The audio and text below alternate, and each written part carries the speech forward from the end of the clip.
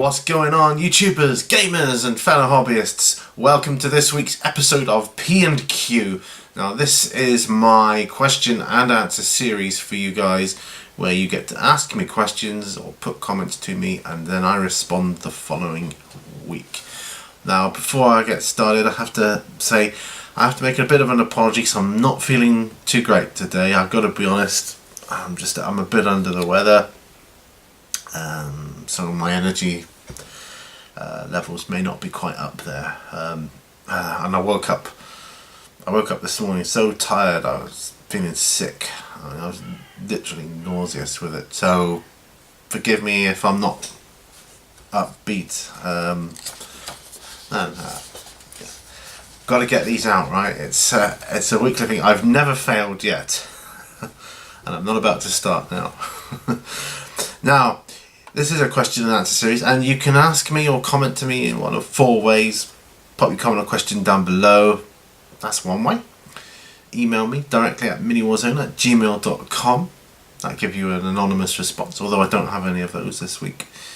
Or if you make a video series yourself, which is the third way, and ask a question in that, and I see it, obviously, I'll need to see it in order to answer, and it's a cool question, I want to answer it, then I'll answer that here as well.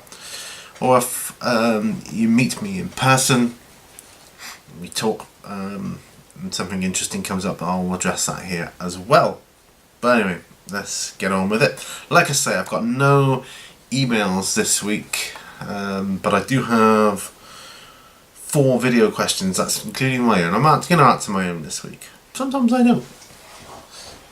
Sometimes I will. So, right. Yeah, I mean, I'm set up, my paint station is set up for painting, although I don't know if I'll get much of that done today, if any. I just don't feel up to it, but it's raining outside, just want to throw that in there. Gone is the sun. Anyway, let's start with a video question from The Nerd Life on the Q&A series. I don't know what dog that is barking, I don't think it's one of mine. Anyway, he says, or he asks, shall we do these Q&As every week or every other week? Depends on what you want to do, and if you've got the time to do them, I would say. You know, if you feel you want more questions and you want an extra week. Personally, I don't think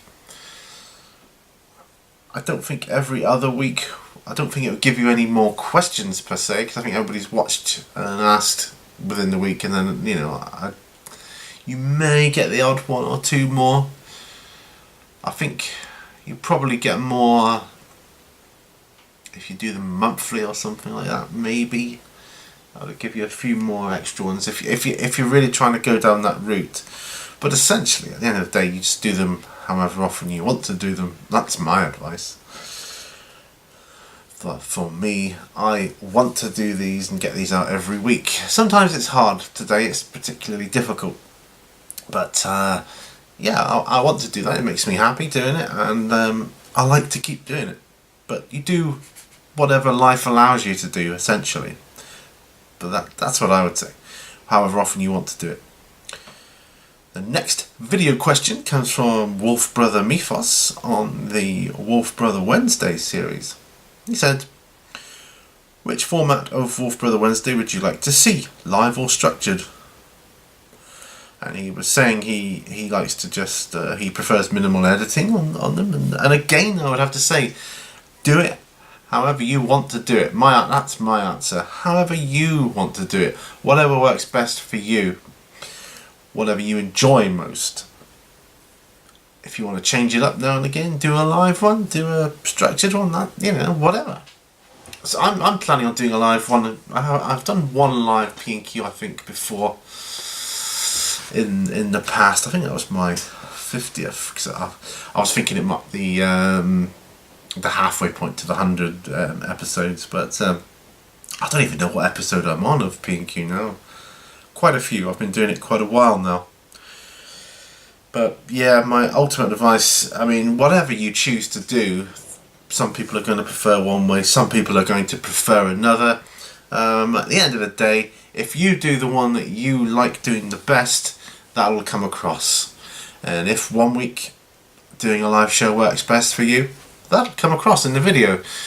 If doing a structured pre-recorded one works best for you, that will also come across in your happiness and your general demeanour. So again, same answer really as to Richard. Do whatever works best for you. Okay, next video question. It's from Green Stuff Games on the Thursday Q&A series, which is now a thing. And the question is, this is a good question. When you paint your miniatures or models, do you tell yourself a story or a narrative while you do it? And if you do you have any particularly interesting stories or narratives that you would like to say? Well, first of all, I do sometimes.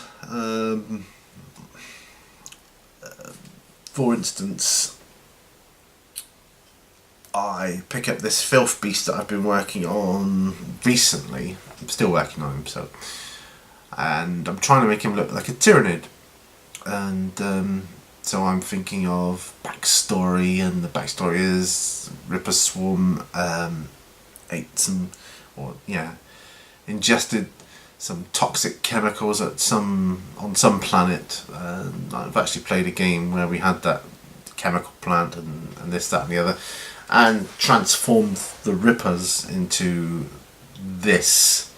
Essentially what happened was the Ripper swarm, they tried to eat one another until there was only one left, obviously, and he turned into this, and he's now this filth beast. I've got to work out more of his backstory. But then at other times when I'm working on my Bullgrins, say, I'm just painting them, I'm not thinking of a story for them. Not yet anyway, not yet.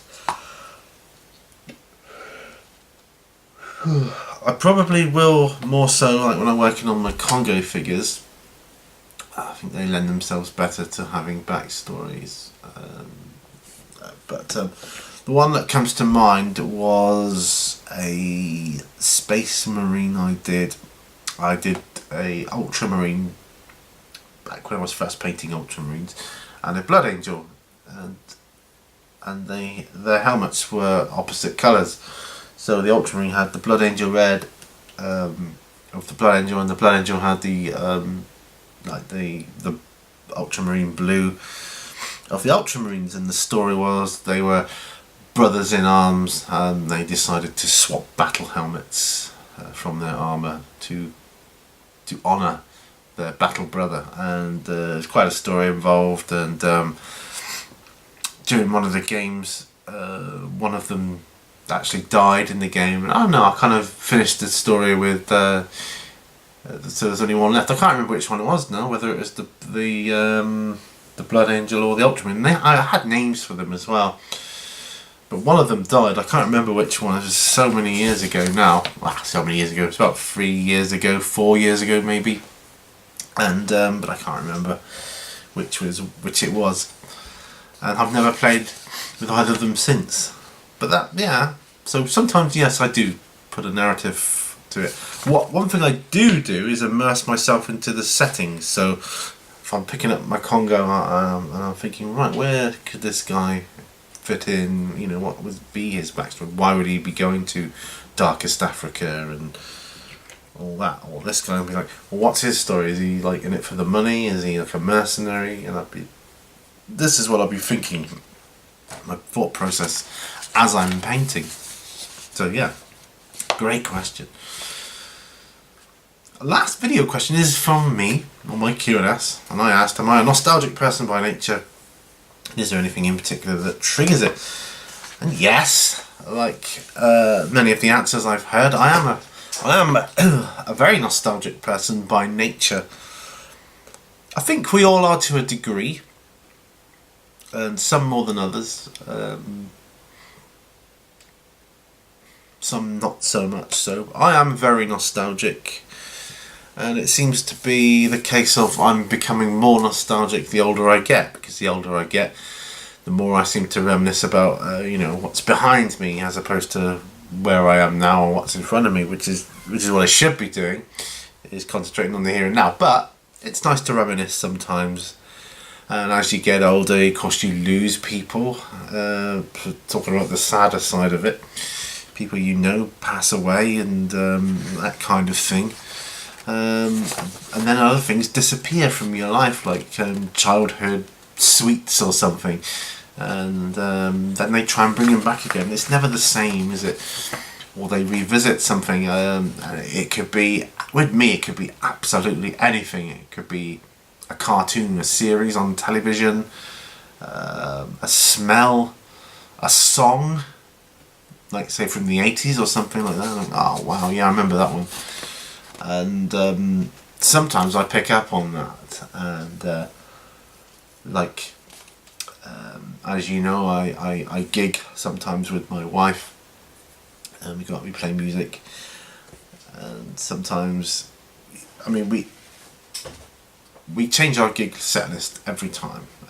Sometimes we'll put stuff in there, just thinking, oh, what's the atmosphere going to be like at this next one? What do you think? Look back, have we had any requests to play cover songs?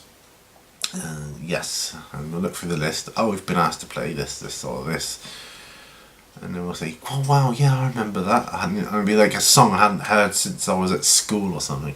And then I'll go in and I'll learn it, and then we'll play it, and then we'll do it. And then I know it like the back of my hand, and it's like, wow. And then I have a whole new appreciation for it. But yes, I'm a very nostalgic person by nature. Sometimes I go back, I do things like I'm in the process of making a video, not a series, just a video called Memory Lane, which is going to be all about where I grew up and my trip to school, where I used to hang out when I was a kid, that kind of thing, because the environment has changed so much over the years since I was a child, and I just want to go in that before it disappears completely, and I want to capture it on film. So I'm doing that. So that's a bit of a nostalgic indulgence, really, if you will. But it's not going to be anytime soon. I've filmed literally the first part of it. I haven't even done an introduction to it yet, but yes, I've gone back to where I used to live when I was growing up in Plymouth. The next thing I do will be the beginning journey walking to school, where I used to walk and what I used to see, and see what happens on the way. So yeah, anything else triggers it? Well, I said smell. Smells triggered my nostalgia a lot. A name from the past will trigger my nostalgia a lot. I don't know. I'm always thinking things seemed better in the old days. I don't know whether they were or not, but it always seems when I'm alone, I suppose I get nostalgic more than anything. When I'm on my own, because when I'm with people, I don't really get a chance to be nostalgic. But yeah, so that's my answer. Now we're going on to the questions left from the video from last week, or from the last series, which would be last week for you, because I record these on a Friday and upload them for Mondays. Top of the list, so that will probably be the last person to comment, is Drake's War Channel. Okay, it says, how should I add Primaris Space Marines to my White Scars army to get the most of their chapter tactics? Let's talk about 5 Marines to start with, if we could.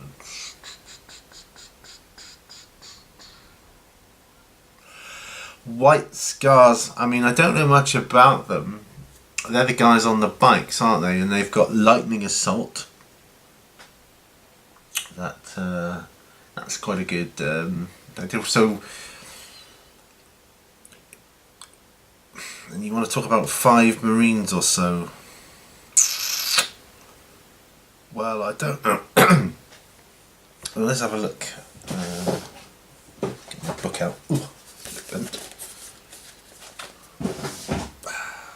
Primaris Space Marines. If I now, I've not used Primaris Space Marines yet, but they're what? 2 wounds? average.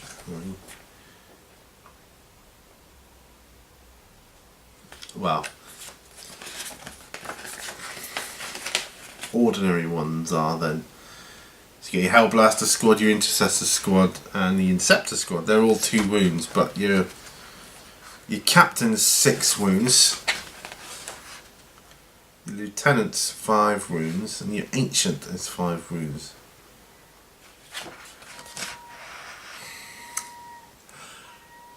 I don't know White Scars, so I don't know if that chapter tactic applies just to bikes. But it might not, actually. So you want to get them into combat as fast as possible, don't you? But if you're just using 5, I mean, to start with, I would just use... Let's have a look here. What would I use? Depends what type of game you're playing. Are you playing power, or are you actually using points? You know.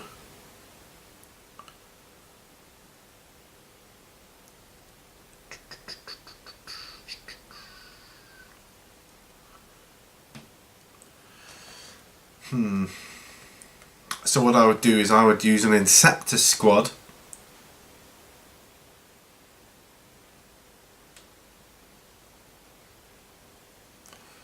An Inceptor squad and 2 lieutenants. That's what I would use. So that would give you 5 models then. So you got 3 models in your Inceptor squad, 2 lieutenants. Yeah, that's what I would do. Or you could just go for 5 Hellblaster. Sorry about that. That's my phone. Yeah, I wouldn't bother with a captain. So you got about 10 or more. But yeah, it's the Inceptor squad for sure, because you're gonna be, because they're pretty fast in their own right, and they would move quicker, I would say, if they could take advantage of that chapter tactic, then I would. But I'm sorry, my knowledge of White Scars is so limited as to not be able to be of much help there. I've never even played against them, so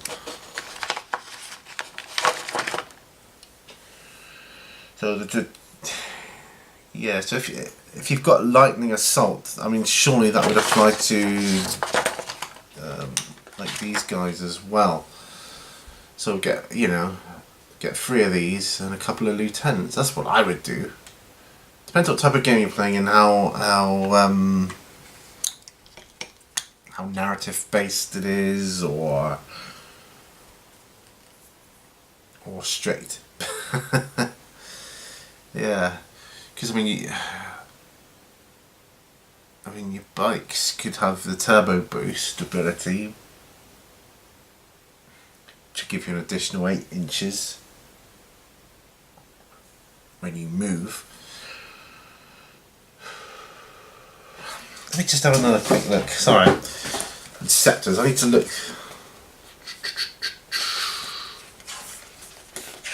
What's their movement?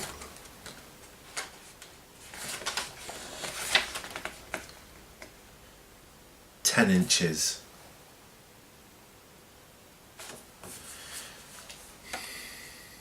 Yeah. So 10 inches. And if you use them with the lightning assault, that'll give you 12 inches. Just in the movement phase, 12 inches. Yeah. So three of those guys coming up with 12 inches. And they got 2 assault bolters each, so that would be my definite, yeah.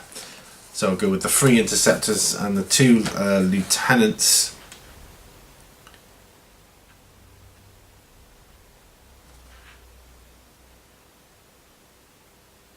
They've got tactical precision, so they can re-roll wound rolls of 1 for friendly units that are within 6 inches of the model. So yeah,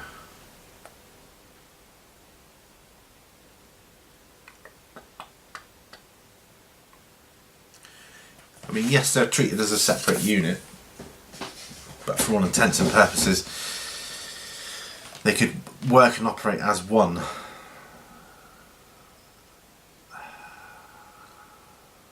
So they could, with your Scepters coming up, the 3 moving up faster, and the 2 behind. Wow, what's the movement of lieutenants?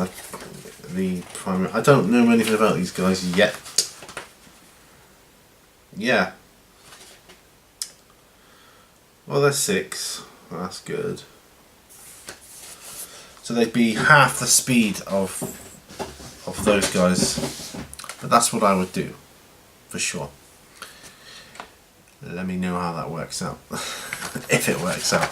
I'm going to be doing a series of tests with the Primera stuff to see what works well, what doesn't. And then, yeah, try them out. See, when you got like 5 guys, so that's a nice bunch of guys to try out. And they're so different as well. So, yeah, that's what I would do. Right, moving on to Idikbeer 40k. Oh, it says, just send that painting guy in the email to my Back to Basics series. Do you play chess as well? Do you play chess as well? My best memory of chess was beating an electronic machine. I was an only child. Without a piece being taken. So chuffed. Haha. Yes, I had an email last time from that previous week, I think. They sent me some pictures, and what came to light really for me was the lack of, I mean, there's a lot of painting tutorials on YouTube, say, but the majority of them seem to be catering for intermediate to advanced people in the painting side of things, and I couldn't find an awful lot of basic stuff, you know, for beginners. But yeah, your Back to Basics series would be the ideal one. So, if you're watching, you know who you are. Idikbeer 40k, check out his Back to Basics series. I'm sure you'll find a wealth of information in there. So yes. As for chess, yes, I play chess. I've played chess since, you're going to find this hard to believe, since I was about 5 years old. I know. I wouldn't say I played it well, but I knew how each piece moved. I used to watch my brothers play, and my brother and my father play, and I was fascinated with how the pieces move. Why does that piece move diagonally? Why can't that piece move diagonally? Oh, and I got to learn. Well, that's a bishop, that's a rook, and knights move this way, and I used to play many games once I got it, and obviously they used to let me win, because that's what they do, but I got quite good at it. When I was in primary school, I joined it. We had a chess club which I joined. I was very fond of it. I remember my teacher, well, he wasn't my teacher, but he was a teacher there, but he ran the chess club in school, and he had this amazing thing he could do. He could play chess with you in his mind, and he could turn his back to you, and he would call out the moves, pawn to knight 4 and things like that. So, pawn to queen, all this kind of stuff. And I, could be sat behind him playing on the board, and then eventually he'd turn around and then he'd just say, "Oh, checkmate." And he was really good. He was good. I play chess quite often against computers. I'm okay. I think I'm okay. Say you have a computer with 10 levels on. I'm somewhere between 6 and 7 usually when I get there. Then the computer starts winning. I wouldn't say I was a master or anything like that, but I do enjoy chess, and I think of myself as a solid chess player. As you know, I love to collect chess sets. Okay, Mini Warmut is next. It says, "Hey Pete, I hope all is well. how do you feel about mini painters who only like to paint minis but have no desire to try wargaming? This was a big conversation at the local game shop. Peeps were about 50-50 with their opinions. Take care and keep at it. I enjoy watching your content and the growth and your growth of your channel. Smiley face. I'm getting a bit of deja vu there.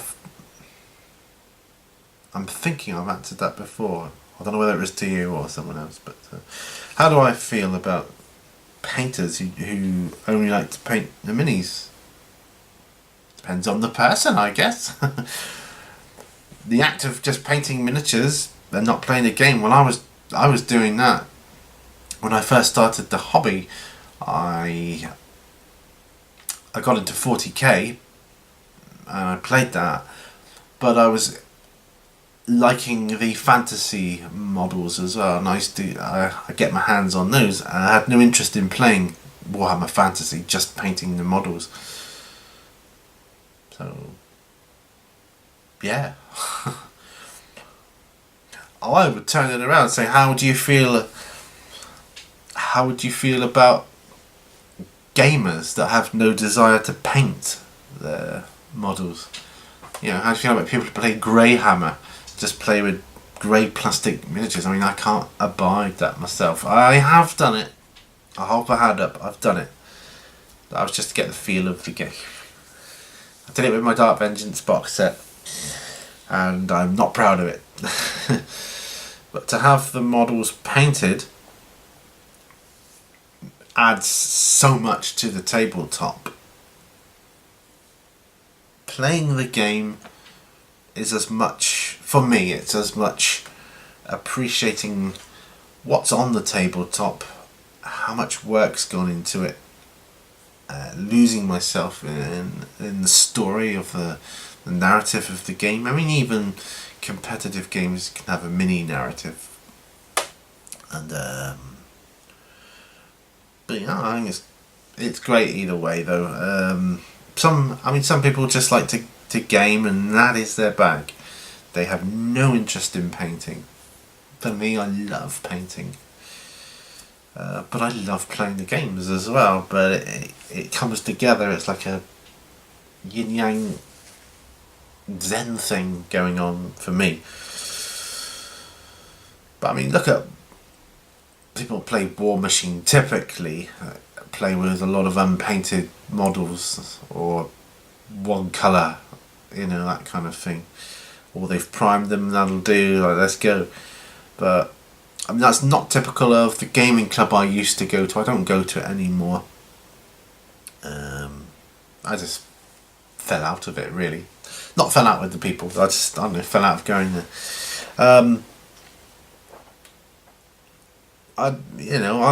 Some people I know refuse to play games unless your models are painted, and I appreciate that. You know, you've taken the time to go somewhere and take your army there that you've spent a lot of hours on painting up, and you want to set up and see the visual treat that is the tabletop and the scenery and play the game, and to have someone pull out grey plastic models, it's a bit of a like, no, not doing it.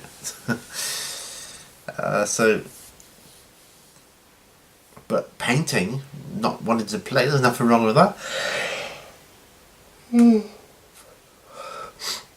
If Warhammer gets to the stage where I fall totally out of love with the rules and the politics and the whole bureaucracy of it all, which a lot of people do,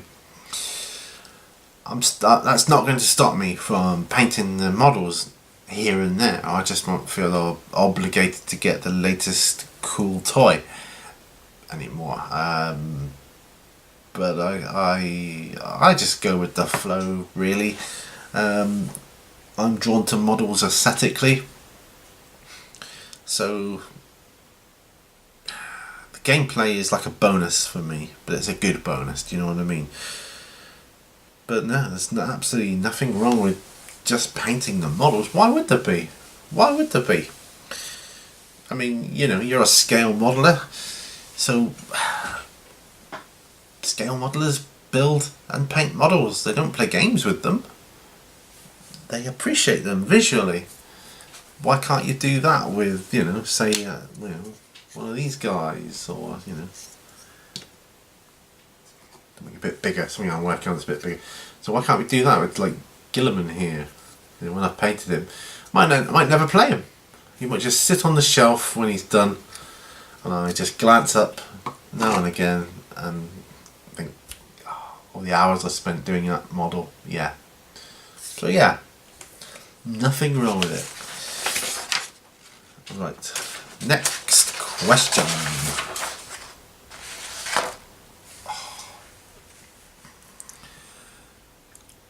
Demos Phobos, hope I've pronounced your name right. Says, great vlog, Pete. I'm starting to see you more than my mates, lol. I would get GW to deliver website pre-orders on the day of release. That was some question I had on the previous week about what I would do if I was in charge of GW. Yeah, that would be one, wouldn't it? That would be a good one.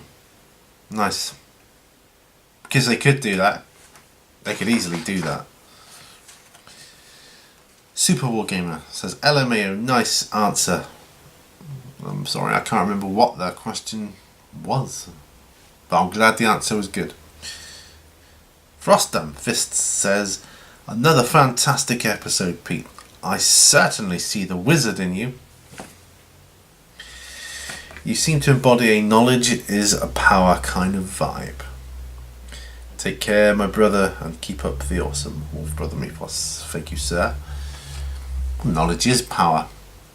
I never have too much knowledge. I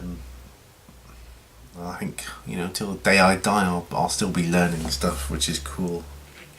I mean, even when you die, you're learning what it's like to die, aren't you? So, a bit of a morbid feel to things this week. I'm sorry, guys. Right. The last question comes from Crunch the Circus. Says, nice PQ, what is exciting you most about the hobby at the moment? What is exciting me most?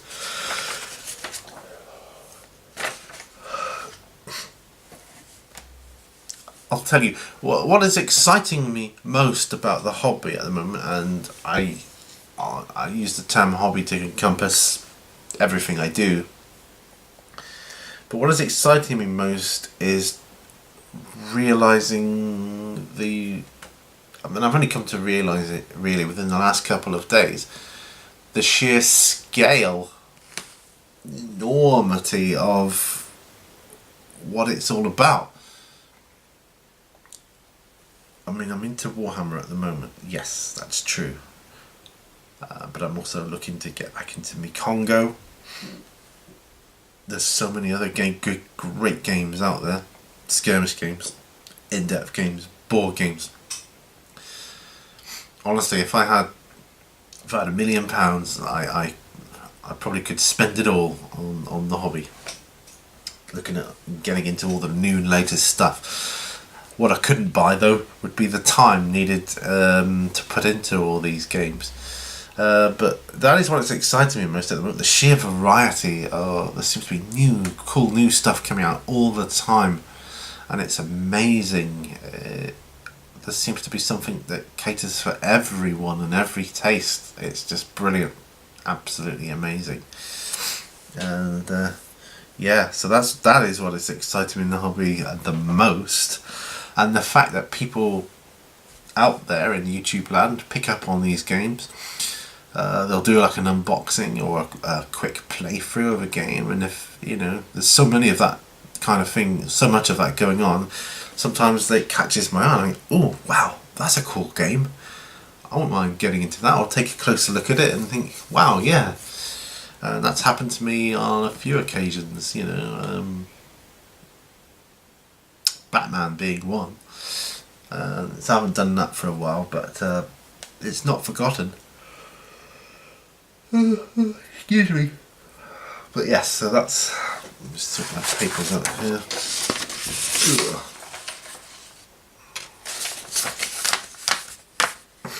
So, I hope I answered the questions okay-ish. Sorry to Drake's War channel, I wasn't as knowledgeable as you were hoping for, I'm sure. But yeah, so I can't talk about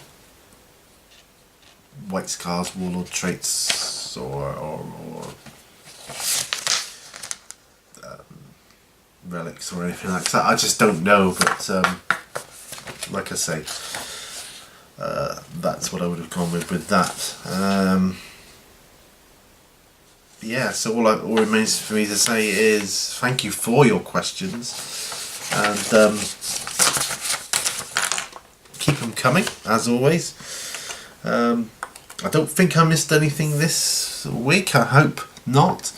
As I say, sorry. It's I don't feel like I'm as upbeat as usual. Not saying I'm really upbeat anyway, but yeah, I'm a bit under the weather. But I hope it hasn't dulled the episode too much. I still enjoy doing it, and yeah, keep those questions coming and keep making those videos, and I'll see you on the next video. Remember, all brushes lead to war. Bye for now.